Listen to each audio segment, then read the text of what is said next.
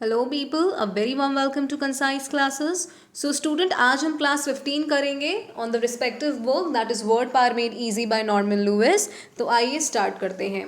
हम इससे पहले वाले सेशन में बच्चों लायर्स के बारे में बात कर चुके हैं, जहां हमने इन सारे वर्ड्स को पढ़ा था एज एन एडजेक्टिव ही ऑफ कोर्स।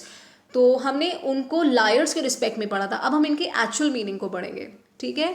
सो पहला है बच्चों नोटोरियस। मैंने आपको बताया था कि जो अपने बुरे कामों के लिए बहुत ज़्यादा फेमस होता है, one who is widely known for his wrong deeds, उसे हम कहते हैं बच्चों नोटोरियस। और यहाँ पर जो रूड वर्ड यूज़ हुआ है दैट इज़ नोटिस, जिसका मतलब है नोटेड। नोटेड का मतलब क्या होता है? जो बहुत ज़्यादा फेमस है। चाइल्ड लाइक और चाइल्डिश, देखो क्या अंतर है। जब आप किसी के अनवर्ल्डलीनेस को, अनवर्ल्डलीनेस का मतलब होता है उसकी इनोसेंस को, उसके अनसोफिस्टिकेटेड नेचर को बहुत ज़्यादा एडमायर करते हो, ठीक है, उसके बचपने को बहुत ज़्यादा एडमायर करते हो, तो तब आप कौन सा वर्ड यूज़ करोगे? चाइल्ड लाइक, ठीक है।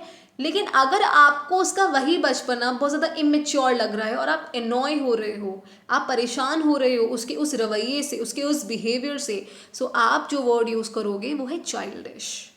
Hope I am clear. Next है बच्चों समिट। समिट का मतलब क्या होता है? जो माउंटेन का टॉप होता है उसे हम समिट कहते हैं। इसमें जो रूट वर्ड इस्तेमाल हुआ है दैट इज समस, जिसका मतलब होता है हाईएस्ट। नेक्स्ट है बच्चों कंसमिट। कंसमिट का मतलब क्या होता है? परफेक्ट, कि जब आप परफेक्शन की हाईएस्ट पॉइंट पर पहुंच जाते हो तब आप कंसमिट यूज करते हो। कहने का मतलब है प्रोफिशिएंट, जो निपुण है, ठीक है। और अगर आप कंसमिट को एज अ वर्ब यूज करते हो दैट इज टू कंसमिट, तो कहने का मतलब होता है कि आपने कोई काम शुरू करा, अब आप उसे कंप्लीशन पर ले आए हो। तो अगर आप कभी भी कंसमिट को एज अ वर्ब यूज करोगे तब उसका मतलब होगा to bring a certain work to completion, ठीक है, जो आपकी नाउन है कंसमेटनेस या फिर कंसमेसी। नेक्स्ट है बच्चों इनकॉरिजिबल। इनकॉरिजिबल मैंने आपको पहले भी बताया था कि जिसे आप रेक्टिफाई नहीं कर सकते, जिसे आप रिफॉर्म नहीं कर सकते, अब आप करेक्ट नहीं कर सकते, तो इसमें जो रूट वर्ड यूज हुआ है दैट इज कॉरिगो, जिसका मतलब है टू करेक्ट। और जो आपकी नाउन है बच्चों वो है इनकॉरिजिबिलिटी या फिर इनकॉरिजिबलनेस। नेक्स्ट है बच्चों इनवेटरेट। इनवेटरेट का मतलब होता है हैबिचुअल, ठीक है। हमने इनवेटरेट लायर के बारे में पढ़ा था कि मतलब वो झूठ बोलने का इतना आदी हो चुका है कि मतलब उसके अंदर अब झूठ बोलने की आदत आ चुकी है। तो अगर हम किसी को हैबिचुअल लायर कह रहे हैं तो कहने का मतलब है कि अभी अपनी आदत से मजबूर है, अब इसमें कुछ भी बदलाव नहीं लाया जा सकता। तो वीटस इसमें आपका रूट वर्ड यूज हुआ है, जिसका मतलब है बच्चों ओल्ड। अब कोई चीज़ बहुत पुरानी है, काफ़ी लंबे समय से यूज़ करते चले आ रहे हो, पुरानी हो गई है झूठ बोलने की आदत, तो उसे हम हैबिचुअली कहेंगे ना। दैट इज़ वाई इसमें जो रूट वर्ड यूज हुआ है दैट इज वीटस। तो जो नाउन है बच्चों वो है आपकी इनवेटरेसी या फिर इनवेटरेटनेस। नेक्स्ट है बच्चों वेटरन। वेटरन का मतलब होता है लेजेंड। कहने का मतलब है कि कोई अपनी फील्ड में बहुत ज़्यादा एक्सपीरियंस्ड है, तो उसके लिए हम यूज़ करते हैं वेटरन। नेक्स्ट है बच्चों जेनेसिस, ठीक है, इसे आप जीनसिस नहीं बोलोगे, इसका जो करेक्ट प्रोनाउंसिएशन है दैट इज जेनेसिस, यानी कि ओरिजिन या फिर बर्थ की कोई चीज़ जहाँ से बिगिन हुई है, जो उसका ओरिजिन पॉइंट है, उसको हम कहते हैं जेनेसिस।